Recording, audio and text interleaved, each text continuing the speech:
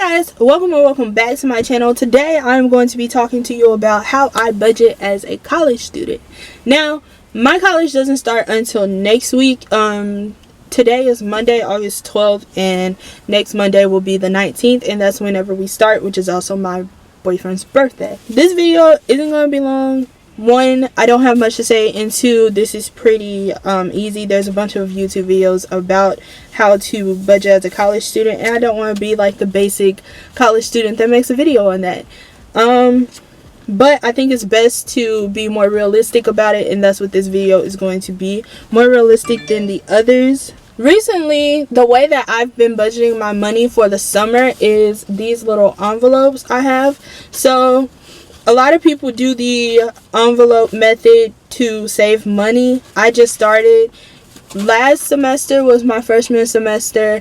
By the way, you probably don't want to take advice from a junior, but I've had two other sisters before me that have been in college, and I think I know a little bit of what I'm doing because I watched them very carefully. For my envelopes, I just have miscellaneous, savings, bills for the family because I do try to help out with the bills, my ties, and bills for personal and my business. So I'm just gonna go through and explain each one and how I do it. The first one will be my bills for my personal. So what I do is I have what it's for on the front, and then on the back where the little flap is, I have all of my bills that I pay monthly on. Now, without federal work study, without my refund, without all of that, I do still get an allowance from my parents, and that's only a little bit. I'm not going to tell you exactly what I get, but I do get an allowance from my family. It's below 100. I do get money from my sisters every 2 weeks, and that's the same amount from that I get from my parents. So obviously, if you can, I'm going to read off my bills, and you're going to be able to tell that my bills are more than what I get monthly. So I have about 4 credit cards, and that's mostly where my debt comes from. I have 5, sorry. So that's mostly where my debt comes from. One's 20, well, 3 of them are 25, one's 40, and one is 69. This is monthly. And then I pay for Spotify. I pay half of Spotify, well, a part of Spotify, because we share the family plan, so that's $5. Apple storage I pay $2.99 for, and then we bought my dad an Apple Watch for Father's Day, so I pay $5 on that, and then I pay $5 for Amazon, $6.99 for Amazon Prime.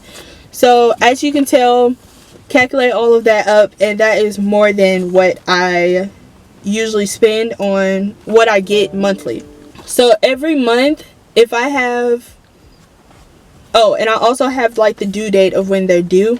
So every month I have a particular thing that I need to do, and if the bill isn't due at the beginning of the month, I won't put it in here. It will just be in my bank account. But if it's due like later on in the month, I'll put it in this little envelope, and then I would just put it up so I won't touch it. Now for the business, this is self-explanatory. Everybody knows that I've done a bunch of videos about my business that I co-own that has recently been doing a lot of numbers. So if I want to invest in my business more than what it has, I just put it in here and I don't touch it. These are all empty, by the way, because I've paid most of my bills, and I have to get ready for next week whenever I get my refund, which I'll talk about that next. But these are my tithes. This is self-explanatory. Every time I get money, I give God 10%, and this goes in here until church. And then bills for the family. This is just what I pay monthly for our bills. So I only have 3 things up here for what I usually pay, and that's the water bill, which is $40 to $70, insurance, which is $75, and groceries. I try to save at least $75 to $200 for grocery, which I never get to $200. I barely get to $100. Okay, so miscellaneous is what I just want to splurge on for myself. So on the back I have just random stuff like eating out, clothes, makeup, and then college stuff, because next week is when school starts, so I have to buy school supplies and stuff like that. And then the last one is savings, which is also self-explanatory. So I want to explain like how I do my refund and how I do federal work study. So I'm going to do the refund first, because the refund money isn't really my money. So since I help out with family stuff, if I do get a refund, some people like to just go ahead and send that money back so that they don't have much to pay whenever they actually are done with school, which you can do that, but I need all of that money now because I got bills. So right now, whenever I get a refund, we do a budget for that money. So I get about $500 for books, and then I get $300 or so for school supplies. I'm just calculating in my head random numbers, and then the rest goes to my bills that I need to pay, or anything that I want to help out with the family. I don't get all of that money. But also, even with my books, Amazon is now doing this whole thing where if you do Amazon rental and you return your books before the due date, you do get your money back now. So that's also a good plus. You will have a little bit more money in your pocket after you get after the semester.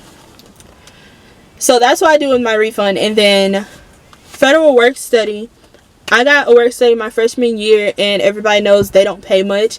They do like $7.25, $7.50 an hour, which is minimum wage. But recently federal work study has went up, so now you get more. I'm not gonna say because I don't think they really told anyone yet. I don't know, but federal work study has went up, at least at my school. I'm pretty sure it should be for every school in the United States. So it has went up, and it's like an actual job basically. So we get more money, and I think that's a good thing, because now you don't have to worry about like what you're going to do with, if you live in the dorms, you don't have to worry about what you're going to do with food, what you're going to do with gas money if you have a car, all of that stuff, because everybody knows you don't want to always eat in the caf, so you have to buy food at home. But recently we have a Starbucks. Like my school has upgraded a lot to what they're doing, so I really like that as well. So basically with that money, I'm going to just do what I've always been doing.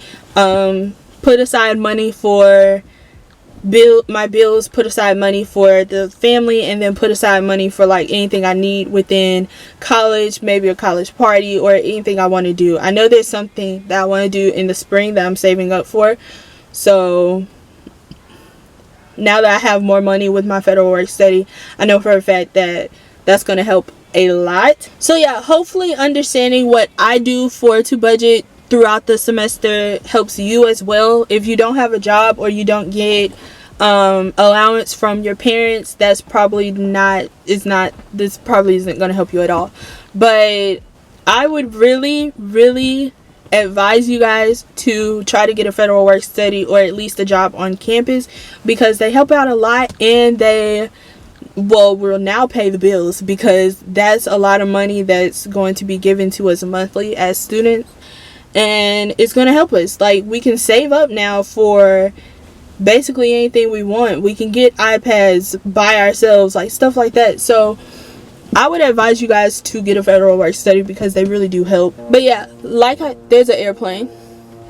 But yeah, like I said, hopefully this helps you get an understanding of what you can do and to save money or to just put aside money. I know my boyfriend, he didn't have a federal work study his freshman year, but he did. He played basketball with a bunch of guys in the gym, and they would always do like bets, and he would always win like $100 or something. So I mean, get a side hustle. He also had his gaming system, so he would charge people to play his gaming system.